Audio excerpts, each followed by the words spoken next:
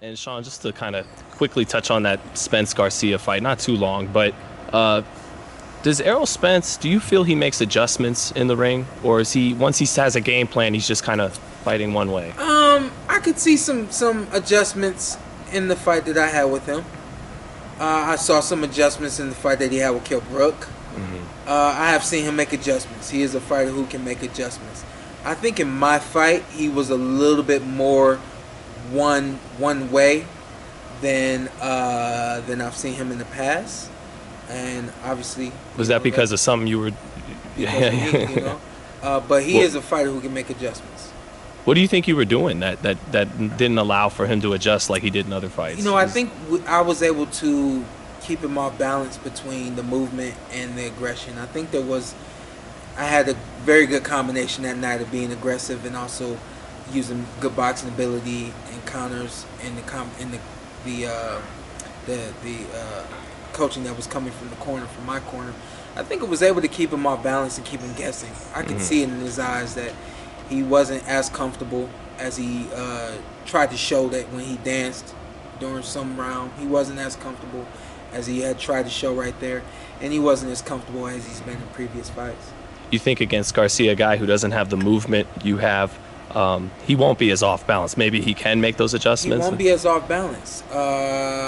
Danny Garcia is a fighter who is definitely is a one-trick pony. He's going to come out the same way every round. Danny Garcia didn't make any adjustments in my fight. He was the way we expected him to be from the first round to the last round. And so, I think that when you consider that, you have to say that, okay, Errol Spence can make adjustments. Errol Spence can do different things in the ring. This is a fight that Errol Spence should win. Do you think that boxing fans, because they'll look at the KO percentage, that they may underestimate Danny Garcia's power? Or yeah, I'll be honest with you. I don't know what the KO percentages are or whatever, but it's not like a Tank Davis, you know. In my personal opinion, I think two things are overestimated by Danny Garcia. People talk about his timing, great timing, but if you're doing the right things, you can do what needs to be done to keep him off balance and not allow him to catch that rhythm and that timing. I was able to do that. And then the other thing too, I think, is the power. I think that we've seen him do some damage to some guys. Yeah. Really, lean some guys. One punch KOs. But again, if you're taking the distance away, or if you're smothering him, or if you're doing the right things, you take the pop off of the punch. And I just don't think that he has as much steam as people have given him credit for. You're the #1 guy for the WBC.